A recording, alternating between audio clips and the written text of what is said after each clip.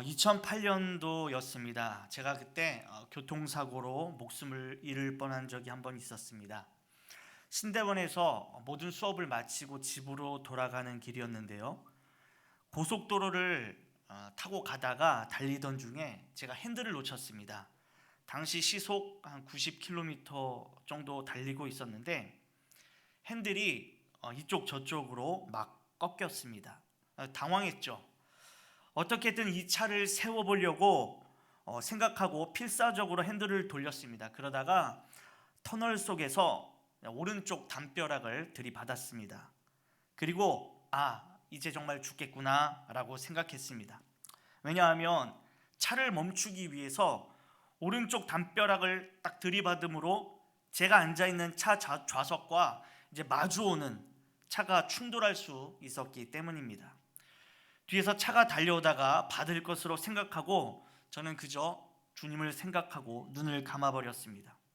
어떻게 되었을까요? 아무 일도 없었으니까 제가 여기에 서 있는 거겠죠.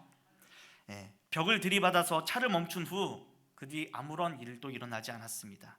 정신을 차려보니까 당시 제 주변에 차가 없었고 또 뒤따라오던 차가 사고가 난 줄로 알고 멈추어서서 서행을 하고 있었던 것입니다. 그 당시 이제 제 차로 카풀을 했는데 그 차에 저를 제외하고 차에 있었던 사람이 한 3사람, 전도사님들이 3사람이 더 있었습니다. 그런데 저를 포함해서 한 사람도 다치지 않았습니다. 저는 가끔 그때를 생각하면 굉장히 몸서리 쳐질 정도로 무섭습니다. 그렇지만 현재 이렇게 살아있음에 감사하죠. 때로는 그때를 생각하면서 장난스럽게 이런 생각을 합니다. 하나님께서 우리 4명 중에서 과연 누구를 살려주시기 위해서 사고를 이렇게 우리를 살려주시려고 했을까? 그렇게 하다가 다시 한번 생각합니다. 그게 아니라 내가 이 땅 가운데서 아직 할 일이 더 남아있구나. 아직 내 사명이 다하지 않았구나. 누구나 예외 없이 한 번은 겪어야 할 것이 죽음입니다. 왜냐하면 죽음은 하나님께서 정하신 법칙이기 때문이죠. 성경은 그래서 말씀합니다. 한 번 죽는 것은 사람에게 정하신 것이요 그 후에는 심판이 있으리니. 흔히 세상 말로 오는 데는 순서가 있어도 가는 데는 순서가 없다라고 말합니다. 조금 일찍, 조금 더 늦게라는 차이만 있을 뿐이지 결국 우리 모두는 이 세상을 떠날 것입니다. 그리고 죽음 후에는 2가지 길뿐입니다. 예수 그리스도를 믿는 성도들은 하나님 계신 천국, 그리고 끝까지 죄를 회개하지 않고 예수 믿지 않는 사람들은 지옥에 가는 것이죠. 지옥은 끝없는 고통 가운데에 죽고 싶어도 영원히 죽을 수 없는, 아무런 희망도 없고 소망도 없고 그래서 두렵고 무서운 곳입니다. 그러나 천국은 영원한 생명을 얻어서 행복과 기쁨을 누리는 곳입니다. 그러므로 진짜 천국에 대한 소망이 있는 분들은 지금 당장이라도 천국에 갈 수 있다면 어떻게든 빨리 가고 싶어 하죠. 그러나 세상 모든 짐을 벗어버리고 빨리 이 세상을 떠나 주님 품에서 안식을 누리고 싶다고 해서 그렇게 되는 것은 아닙니다. 하나님께서 우리를 부르시지 않으시면 우리는 이 땅 가운데 더 머물러야 한다는 것이죠. 왜냐하면 우리가 아직 이 땅에서 감당해야 할 사명이 남아있기 때문입니다. 언젠가 자신의 할 일을 다 하면 하나님께서 우리를 불러주실 것입니다. 오늘 본문에 나타난 사도 바울은 지금 죽음을 눈앞에 두고 있습니다. 이제는 이 땅 가운데서 자신의 사명이 거의 다 끝났음을 예감하고 있었던 것이죠. 그리하여서 이 사역의 마지막 대미를 장식하기 위해 자신의 사랑하는 영적 아들인 디모데에게 편지를 썼습니다. 디모데후서는 바울이 죽음을 맞기 전 마지막 서신이기에 그의 유언에 해당한다라고 볼 수 있습니다. 바울은 디모데후서를 통해 디모데에게 바른 교훈, 즉 복음을 위해 목회자로서 무엇을 해야 할지에 대한 가르침과 이 개인적인 당부의 메시지를 전했습니다. 그 가운데 오늘 말씀은 바울이 일생 전도자로서 선한 싸움을 싸워온 자신의 삶을 회고하면서 자신을 포함해서 자신처럼 주의 사역에 헌신하는 모든 자들 역시 주님께로부터 천국의 면류관이 주어질 것이다 라고 말씀하는 것입니다. 6절 말씀입니다. 전제와 같이 내가 벌써 부어지고 나의 떠날 시각이 가까웠도다. 사도 바울이 두 번째로 로마 감옥에 투옥되었습니다. 자신의 석방을 예견했던 첫 번째 투옥과는 달리 자신의 죽음이 얼마 남지 않았다는 것을 인지했습니다. 바울은 자신이 전제와 같이 부음이 되고 떠날 시각이 가까웠다면서 지금 순교의 마음을 다지고 있습니다. 특별히 바울은 인생의 마지막을 준비하면서 구약의 제사를 비유하며 자신의 처지를 설명하고 있습니다. 바울은 하나님께 드리는 제사용으로서 전제와 같이 벌써 내가 부어지고 라고 말합니다. 여기서 전제는 구약 제사의 한 방법으로 이스라엘 제사장은 매일 2번씩 하나님 앞에 제사를 드려야 합니다. 해가 뜰 때와 질 때에 흠없는 어린 순양을 잡아서 드렸는데 그 제물 위에 포도주나 독주를 부어 드리는 제사를 전제라고 합니다. 이 제사는 보통 단독으로 드려지는 것이 아니라 다른 제사와 함께 드려지는 제사로서 희생과 헌신을 의미합니다. 신약에 이 전제라고 하는 말이 2번 사용이 되었습니다. 바로 빌립보서와 오늘 본문이죠. 먼저 빌립보서 2장 17절에는 이렇게 기록되어 있습니다. 만일 너의 믿음의 제물과 섬김 위에 내가 나를 전제로 드릴지라도 나는 기뻐하고 너희 무리와 함께 기뻐하리니. 여기서 말하는 전제는 순교를 의미합니다. 사도 바울은 빌립보 성도들이 섬기는 것을 구약 성경에서 이스라엘 백성들이 하나님께 드렸던 제물로 보고 있습니다. 빌립보 성도들의 사랑의 섬김, 믿음의 제물이 어린 양이라고 하면 자신은 포도주에 불과하다라고 말하면서 그들의 섬김과 헌신을 높여주고 있습니다. 그리고 그는 자신을 온전히 주님을 위해서 쏟아붓겠다라고 말하고 그것으로 기뻐하겠다라고 말하고 있습니다. 사도 바울은 주님을 섬기는 일에 자신의 생명을 아끼지 않았다라고 하는 것이죠. 즉 이 말은 자신이 죽는다고 해도 그것은 복음을 위한 일이니 내가 이것을 기쁨으로 감당하겠다라고 하는 말입니다. 그런데 이 고백은요, 빌립보서의 이 고백은 지금 현재가 아니라 미래에 있을 가정을 말한 것이었습니다.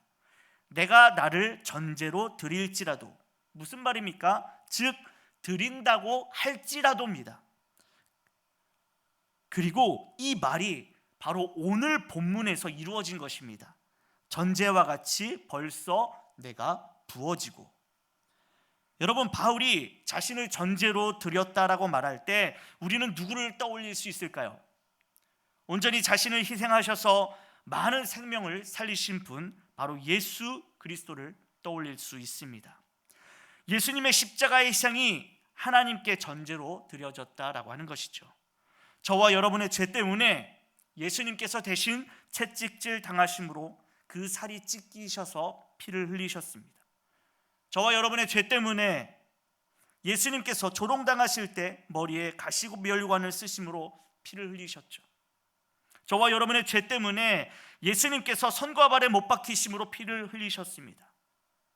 또 저와 여러분의 죄 때문에 예수님께서는 십자가에 고난당하시다가 임종을 앞두시고 옆구리에 창에 찔려서 물과 피를 쏟으셨습니다. 이처럼 예수님께서 흘리신 보혈은 저와 여러분을 포함한 인간의 모든 죄를 대속하기 위해 쏟아 부어진 전제인 것입니다. 이것이 하나님께서 기쁘게 받으실 만한 제사로 드려진 것입니다. 사도 바울은 지금 예수 그리스도께서 우리를 위해 희생하셨던 것처럼 자신의 삶을 온전히 하나님께 희생하여 이방인의 사도로서의 사명을 다했다라고 고백한 것입니다. 그렇다면 여러분, 우리는 어떻습니까?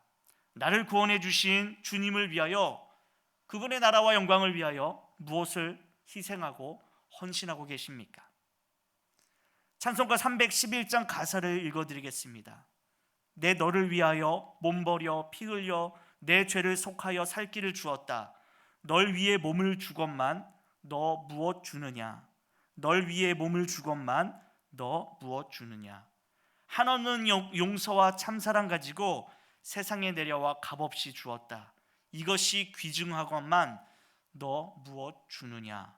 이것이 귀중하건만 너 무엇 주느냐? 너 무엇 주느냐? 무엇 주느냐? 주님이 우리에게 물으시고 계십니다. 주님의 피로 생명 얻은 여러분, 오늘 여러분은 주님을 위해서 무엇을 하고 있으며 주님 주신 새 생명으로 무엇을 위해 헌신하고 있습니까? 우리는 너무나도 값비싼 은혜를 받았습니다. 그러므로 받은 은혜를 가지고 하나님 나라의 전파와 확장을 위해 힘써야 하는 것이죠. 그런데 엉뚱한 데는 귀한 시간과 물질을 들이면서도 정작 하나님 나라와 그분의 사역, 그리고 그분이 이루시고자 하시는 일에는 나 몰라라 하거나 대수롭지 않게 여겼던 것은 아닌지 스스로 돌아보아야 할 것입니다.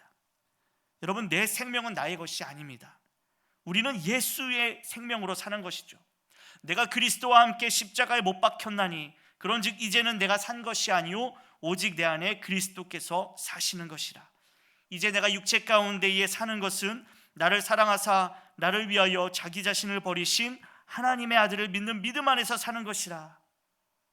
이미 2년 전에 믿음으로 말미암아 나는 예수 그리스도와 함께 십자가에 못 박혔고 나는 죽었습니다.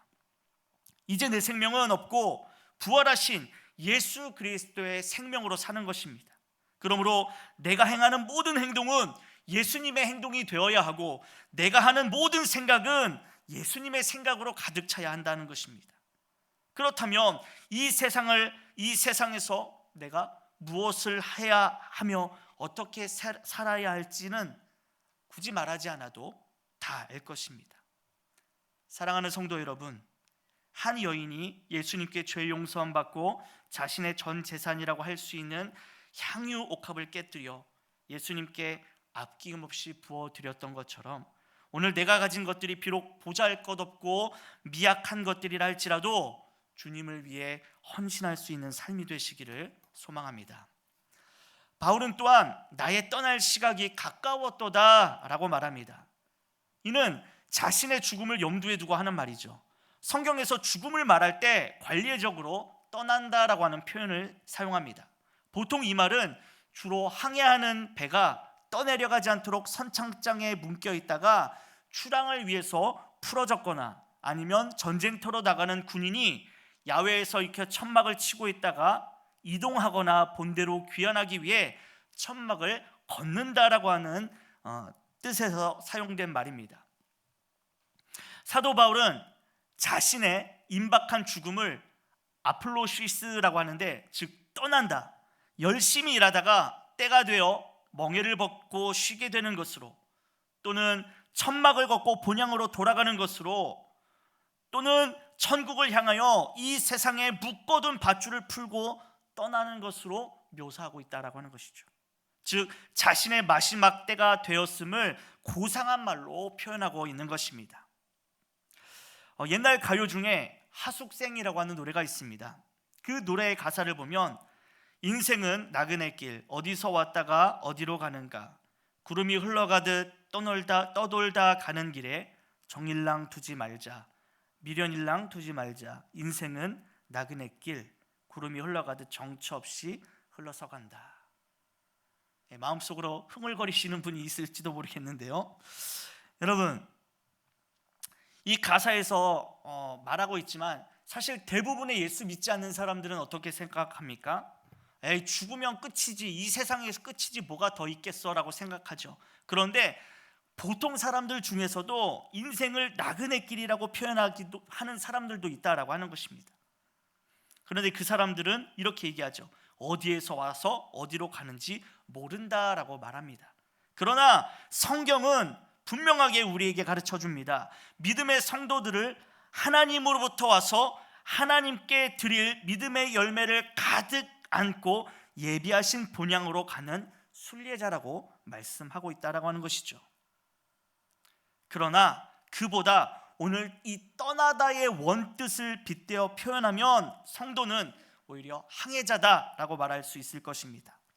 예수 그리스도를 믿음으로 영접함으로 최후의 목적지인 저 천국 본향으로 항해하는 항해자다라고 하는 것이죠. 여러분, 항해할 때 어떻죠? 조용한 바다를 지나기도 하지만 때로는 거센 파도와 풍랑이 몰아치기도 합니다. 그러나 결국 주님의 이끄심과 돌보심으로 인해 고난 내 영혼 편히 쉴 곳인 안전한 저 포구인 천국에 다다르게 된다라고 하는 것이죠. 여러분, 바울의 삶이 그랬습니다. 예수 믿는 자들을 잡아 옥에 가두던 죄인 중 괴수였던 바울이 이 다메섹 도상에서 예수 그리스도를 만나서 그분을 영접하고 그의 부르심을 받아 이방인의 사도가 되었습니다. 이방인의 사도로서 이방인들에게 복음을 전하고 가르쳐서 교회를 세우는 등 때로는 탄탄대로를 걷는 것과 같은 사역을 감당했습니다. 그러나 그의 사역은 녹록지 않았습니다.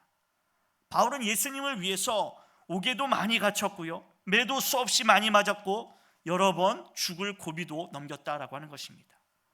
복음을 전하기 위해 줄이고 목마르고 굶고 춥고 헐벗기도 했습니다. 예수님을 만난 후 그는 그의 인생의 바다에서 주님 계신 하나님 나라라고 하는 목적지에 도달하기 위해 이 성령님을 선장으로 모시고 죽을 힘을 다해 항해했다라고 하는 것이죠. 그리고 이제 최종 목적지에 이르기 직전인 것입니다. 여러분, 바울의 삶은 하나님 앞에서 부끄러울 것이 없는 삶이었습니다. 그러므로 바울 스스로가 자신을 평가할 때 이렇게 평가합니다. 7절입니다. 나는 선한 싸움을 싸우고 나의 달려갈 길을 마치고 믿음을 지켰으니. 예수님의 부르심을 받고 이방인의 사도로 치열하게 살아왔던 바울의 사역 인생을 세 가지로 요약하면 그는 선한 싸움을 싸웠고 자신의 달려갈 길을 마쳤으며 믿음을 지켰다라고 하는 것입니다. 그렇습니다. 사랑하는 성도 여러분, 이 바울의 고백이 오늘 나의 고백이 되어야 합니다. 그렇다면 우리는 어떻게 살아야 할까요? 먼저 바울은 나는 선한 싸움을 싸우고라고 합니다. 선한 싸움을 싸우다라고 하는 것은 영적 전투를 말할 수도 있겠지만 여기서는 올림픽 경기와 같이 참가한 선수들이 최선을 다해 경기하는 것으로 해석할 수 있습니다. 성경에서 선한 싸움이라고 하는 단어, 그러니까 신약 성경에서 선한 싸움이라고 하는 단어가 3번이 나오는데 디모데전서 1장 18절, 디모데전서 6장 12절, 그리고 오늘 본문인 디모데후서 4장 7절입니다. 그런데 디모데전서 1장 18절에 쓰인 단어는 스트라테이아라는 단어로서 보통 군인들이 전쟁터에서 싸우는 것을 연상시킵니다. 이 말씀에서는요, 다른 교훈을 전하는 이단들과 투쟁이며 근본적으로 이들을 배후에서 조종하는, 그래서 교회를 분쟁하게 만드는 사탄과의 투쟁입니다. 그러므로 곧 영적 전쟁을 말합니다. 그런데 디모데전서 6장 12절과 오늘 본문인 디모데후서 4장 7절은요 이 같은 단어를 썼는데요, 싸움이라고 하는 말은 아곤이라고 하는 단어를, 그리고 싸우다라고 하는 것은 아고니조마이라고 하는 동사를 사용했습니다. 여기에 두 가지 뜻이 있는데 군인과 관련된 전쟁을 말하기도 하고 또 운동 경기를 말하기도 합니다. 그러나 본문 다음 구문인 달려갈 길을 마치고라고 하는 어구를 참고할 때 바울이 염두에 두고 있는 싸움은 영적 전쟁이라고 하기보다는 바로 운동 경기를 가리킨다라고 하는 것이 더 적절할 것입니다. 다시 말해 그는 자신이 운동 경기에 참가한 선수들과 같이 선한 싸움을 싸웠고 이제 그것이 종결되었다라고 하는 것을 선언한 것입니다. 그렇다면 여러분, 경기하는 자가 어떻게 싸워야 할까요? 딱 한마디로 정리하면 규칙을 잘 지켜야 한다라고 하는 것입니다. 여러분, 세상에는요 수백 가지의 스포츠가 있습니다. 방식을 모르고 익숙하지 않기 때문에 그렇지 대부분의 스포츠는 하는 것도 재밌고 보는 것도 재밌습니다. 특히 이 스포츠의 매력은 바로 정정당당하게 기량을 겨뤄서 승부를 겨룬다라고 하는 것에 있습니다. 그래서 이 스포츠만의 매력을 스포츠맨십, 스포츠맨십이라고 부르기도 하죠. 그렇게 스포츠를 하는 사람, 특히 그중 선수들은 정정당당해야 합니다. 하지만 세상에 많은 속임수와 사기가 난무하는 가운데 스포츠 세계 또한 예외일 수가 없는데요. 이 스포츠에서 가장 흔히 볼 수 있는 속임수는 승부 조작과 약물 복용, 약물 투여라고 하는 것입니다. 먼저 승부 조작은 승부를 내는 경기에서 선수 또는 코칭 스태프들이 의도적으로 원하는 경기 결과를 유도하여 승패 및 점수를 조작하는 행위를 말하는 것이죠. 여기에는 심판을 돈으로 매수하는 경우도 있습니다. 그러면 여러분, 왜 이렇게 승부를 조작합니까? 바로 금전적인 이득이 있기 때문이죠. 많은 사람들이 스포츠 경기를 통해서 도박을 하는 겁니다. 큰 돈을 거는 거죠. 그러니까 승부를 조작해서 금전적으로 이익을 얻기 위해서 속임수를 쓴다라고 하는 것입니다. 스포츠 경기의 속임수 중 두 번째는 약물 복용과 약물 투여입니다. 경기 자체에서 규정을 위반할 경우 심판이 반칙으로 잡아낼 수 있지만 사실 약물 투여 여부는 확인할 수가 없죠. 그래서 도입한 제도가 바로 도핑 테스트라고 하는 것입니다. 도핑 테스트란 스포츠 선수의 금지 약물 복용 여부를 검사하는 것입니다. 1960년 로마 올림픽에서 사이클 선수가 흥분제를 사용하고 사망한 것이 계기가 되어서 1968년 그르노블 동계 올림픽에서부터 실시되었다라고 합니다. 그럼 여러분, 약물은 왜 복용하면 안 되겠습니까? 왜 안 될까요? 1차적으로 기량에 변화가 생기기 때문입니다. 특히 스테로이드 계열의 약물은요, 근력과 지구력, 고통을 견디는 능력까지 향상시키기에 힘을 겨루는 운동 경기에서 이 스테로이드를 복용하면 공정하지 않게 된다라고 하는 것이죠. 또 선수들의 건강과 안전 문제가 있습니다. 과도한 약물 복용은 선수들의 몸과 정신을 해치기도 한다라고 하는 것이죠. 결국 이 모든 행위들은 정정당당해야 할 스포츠맨십을 훼손시키며 일종의 범죄 행위다라고 하는 것입니다. 그러므로 이들은 스포츠 선수로서 그 자격을 박탈당할 뿐만 아니라 어떠한 기록도 인정되지 않게 되는 것입니다. 그렇습니다. 여러분, 선한 싸움을 싸운다는 것은 규칙을 잘 지키는 것입니다. 우리는 세상 가운데 부르심을 받은 하나님의 거룩한 백성으로 규칙을 잘 지켜야 합니다. 세상은 이기기 위해 수단과 방법을 가리지 않죠. 온갖 음모와 거짓이 난무하고 불법이 횡행합니다. 남들이 피해를 입든 말든 남들이 상처를 받든 말든 상관없습니다. 그저 이기면 그것이 선이고 그것이 정의다라고 하는 것이죠. 규칙을 지키기보다 오히려 규칙을 지키는 자들을 바보라고 비웃습니다. 그것이 이 세상입니다. 그러므로 진리를 가진 사람들은 점점 설 자리를 잃어버립니다. 그러나 우리는 승패에 얽매여 세상처럼 불법을 저지르지 말아야 합니다.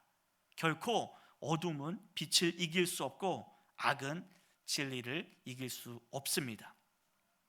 또 우리는 어떻게 선한 싸움을 싸워야 할까요? 선으로 악을 이기는 것이며 이웃을 내 몸과 같이 사랑하는 것입니다. 세상과는 완전히 다른 방식으로 싸움을 싸우는 것입니다. 세상 싸움에서 이기는 것은 상대방을 굴복시키고 상대방 위에 서는 것인데, 예수님은 자신의 목숨을 내어주기까지 섬김을 통한 선한 싸움을 싸우셨습니다. 그러니까 세상 논리로 지는 싸움을 하셨다라고 하는 것입니다. 예수님은 직접 그 본을 보여주셨습니다. 예수님은 자신의 사명을 위해 어떤 것과도 타협하지 않으시고 묵묵히 자신의 길, 십자가의 길을 걸어가셨습니다.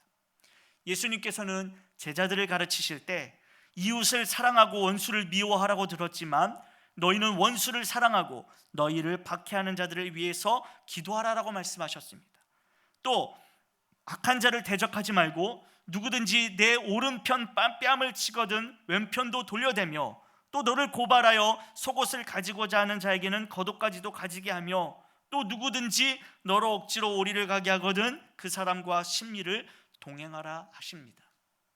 먼저 용서하고 화해하고 화평하며 선을 행하라 하십니다. 그리고 예수님은 그렇게 사셨죠. 예수님은 자신을 팔아넘기는 제자 가룟 유다의 배반에 입맞춤을 거절하지 않으셨습니다. 자신을 잡으러 온 무리들에게 대항하지 않고 순순히 끌려가셨습니다. 로마 병정들이 채찍으로 때려도 입을 열지 않으셨죠. 십자가에 달리셨을 때 예수님을 비난하고 조롱하는 자들에 대해서 오히려 저들의 죄를 용서해 달라고 기도하셨습니다. 자신을 모른다고 부인했던 베드로를 찾아가셔서 오히려 그를 위로해 주셨고 다시 일으켜 주셔서 새로운 사명을 주셨습니다. 사랑하는 성도 여러분, 이처럼 우리도 예수님을 따라 선한 싸움을 싸워야 합니다. 어떻게 싸워야 합니까? 바로 그들을 사랑하는 것입니다. 세상의 것들을 사랑하라는 말이 아니라 그 세상의 영혼들을 불쌍히 여기며 사랑하라고 하는 말입니다. 이렇게 세상의 많은 영혼들을 사랑함으로 선한 싸움을 싸우시는 여러분들이 되기를 소망합니다. 또한 우리는 결코 불의와 타협하지 않고 진리를 지켜야 합니다. 사도 바울도 선한 싸움을 싸웠습니다. 특히 사도 바울은 이 복음의 진리를 지키기 위해 어떠한 것도 타협하거나 양보하지 않았습니다. 안디옥에 있을 때 베드로는 이방인들과 함께 식사를 하고 있었습니다. 바나바도 그 자리에 같이 있었고요, 다른 유대인 그리스도인들도 함께 있었습니다. 그런데 밖에서 야고보에게서 온 사람들이 당도했다라고는 소식이 들렸습니다. 그러자 베드로는 황급히 자리에서 일어나 그 자리를 떠났습니다. 할례자가 무할례자와 한 자리에서 먹는 것은 유대 사회에서 엄격히 금기시 되고 있기 때문입니다. 격식을 중시하는 야고보의 사람들이기에 아마 베드로가 더욱 긴장했던 것 같습니다. 베드로의 행동을 보고 바나바와 또 다른 유대인들도 그렇게 자리를 피했습니다. 여러분, 베드로의 행동은 분명 위선이었고 외식이었습니다. 유대인으로서의 정체성도 어겼을 뿐만 아니라 이 복음의 정신까지도 어긴 모순된 행동이었습니다. 베드로는 유대인으로서 그들과 먹지를 말던지 아니면 자유하게 하는 복음의 정신으로 계속 그 이방인들과 함께 먹든지 해야 했습니다. 그러나 일관성 없는 행동이 있었다라고 하는 것이죠. 그러므로 말미암아 옆에 있는 사람의 양심에도 손상을 입혔습니다. 베드로를 따라 양심의 담대함을 갖고 함께 음식을 먹었던 것인데 이제 베드로가 그 행위를 부끄러워하니까 그제서야 자기들도 베드로와 함께 범법한 자로 인식하게 되었다라고 하는 것이죠. 더구나 그 자리에 함께 식사하던 이방인들은 얼마나 무안해했겠습니까? 결국 이 얘기를 들었던 바울은 베드로를 책망했습니다. 바울은 베드로와 바나바의 그런 행동에 대해 위선이다라고 분명하게 말했습니다. 여러분, 베드로가 누굽니까? 사도 중에 사도입니다. 바울은 그런 사도 중에 사도였던 대사도인 베드로의 잘못을 지적하며 책망한 것입니다. 그렇습니다. 사도 바울은 예수 그리스도를 만나 그분을 영접한 후 이 진리의 복음을 수호하고 선한 싸움을 싸우는 일에 최선을 다했습니다. 때로는 돌에 맞고 박해를 받게 될지언정 불의에 타협하지 않고 굴복하지 않았습니다. 그러므로 여러분, 우리들도 선한 싸움을 싸우되 받을 고통과 환난, 박해 등을 두려워해서는 안 됩니다. 솔직히 우리는 알고 있습니다. 무엇이 옳은지, 무엇이 정의인지, 무엇이 하나님께서 기뻐하시는 일인지 모르지 않습니다. 그런데 왜 모르는 척합니까? 두려워서 그렇습니다. 세상 사람들에게 유별나다고 왕따 당하는 것이 싫고 무서운 것이죠. 바보 취급당하는 것이 싫은 것입니다. 세상에서 손해를 보는 것이 두렵고 승진하지 못할까 봐, 성공하지 못할까 봐 두려운 것입니다. 그러니까 정말 목소리를 내야 할 때는 목소리를 내지 못하고 나서야 할 때는 뒤로 숨는 것이며 도와야 할 때는 돕지 못하는 것입니다. 그러나 여러분, 두려워하지 맙시다. 두려움을 이겨냅시다. 우리 안에 우리를 도우시는 성령님이 계십니다. 성령께서 진리를 행하도록 인도하실 것입니다. 오직 진리이신 예수님을 따라 어떤 박해와 어려움도 다 극복하고 선한 싸움을 싸우는 저와 여러분이 되시기를 소망합니다. 두 번째로 사도 바울은 나의 달려갈 길을 마치고 라고 합니다. 바울은 마치 마라톤 선수가 42.195km의 긴 거리를 완주하는 것과 같이 믿음의 마라톤 경기줄을 마쳤다라고 회고합니다. 즉 바울이 하나님께서 자신에게 맡겨주신 이방인을 향한 영광스러운 복음 전파를 어떤 상황과 형편에서도 포기하지 않고 계속하여서 이제 그 사명을 완수했다라고 하는 것입니다. 여기서 그는 자신이 승리자라고 말하지 않습니다. 그저 자신은 자신의 이방인의 사도로서의 삶을 완주한 것입니다. 아마 바울은 자신이 에베소 교회의 장로들에게 했던 자신의 결연한 의지의 다짐을 생각했을 것입니다. 사도행전 20장 24절입니다. 내가 달려갈 길과 주 예수께 받은 사명 곧 하나님의 은혜의 복음을 증언하는 일을 마치려 하면은 나의 생명조차 조금도 귀한 것으로 여기지 아니하노라. 이제 사도 바울은 이 고백과 같이 하나님께서 맡겨주신 모든 사명을 마쳤습니다. 여기에서 우리에게 도전하는 것은 바로 포기하지 않는다라고 하는 것입니다. 그렇습니다. 여러분, 포기하지 않으면 지금은 힘들어도 승리자가 되는 것입니다. 그러므로 끝까지 포기하지 않으시는 여러분이 되시기를 소망합니다. 마지막으로 사도 바울은 믿음을 지켰으니 라고 합니다. 바울은 끝까지 믿음을 지켰습니다. 어떤 고난에도 불구하고 주님을 따랐고 주님께 순종했다라고 하는 것이죠. 뿐만 아니라 주님께서 맡기신 사명도 완수했습니다. 즉 사도 바울의 믿음은 주님께 순종하기 위해 자신에게 도전하는 모든 유혹을 이겨내는 것입니다. 또 처음 가졌던 마음을 끝까지 유지하는 것입니다. 바울은 예수님을 향하여 끝까지 믿음을 지켰습니다. 그러고 보면 바울의 삶은 예수님의 삶과 많이 닮았습니다. 예수님께서는 어떻죠? 광야에서 40일 동안 금식하신 후 마귀에게 시험을 받으셨습니다. 그러나 마귀의 어떤 유혹에도 흔들리지 않으셨습니다. 또 오병이어의 기적으로 사람들의 배를 채워주시자 많은 사람들이 예수님을 억지로 임금 삼으려 했습니다. 그러나 주님께서는 유혹에 빠지지 않으시고 홀로 빈들에 거하셨습니다. 겟세마네 동산에서 땀방울이 핏방울이 되도록 기도하실 때도 그분은 사탄의 유혹에 넘어가지 않으셨습니다. 이 모든 일이 바로 믿음을 지키는 일인 것인데 예수님께서 그렇게 사셨고 사도 바울 역시 이 믿음을 지키기 위해 고군분투했다라고 하는 것입니다. 사랑하는 성도 여러분, 그렇다면 우리에게 있어서 믿음을 지키는 일이 무엇입니까? 그것은 주님의 뜻에 순종하여 하나님의 두 번째 부르심, 즉 사명을 지키는 일입니다. 우리의 사명은 넓게는 만인을 그리스도 예수의 제자로 삼는 일이죠. 그러므로 우리는 세상에 아직도 예수 그리스도를 알지 못하는 자들에게 복음을 증거하며 또 오늘도 끊임없이 그 사명을 위해 달려가는 것입니다. 그런데 좁게 말하면 교회에서 맡겨주신 직분들 역시 또 교회에서 맡겨주신 사역들을 잘 감당하는 것 역시 이 사명을 잘 감당하는 것입니다. 여러분, 연말이 되면 참 많은 부서에서 난리가 납니다. 왜 그렇습니까? 내년에 이 사역을 좀 쉬겠습니다 라고 하는 사람들이 많이 있기 때문이죠.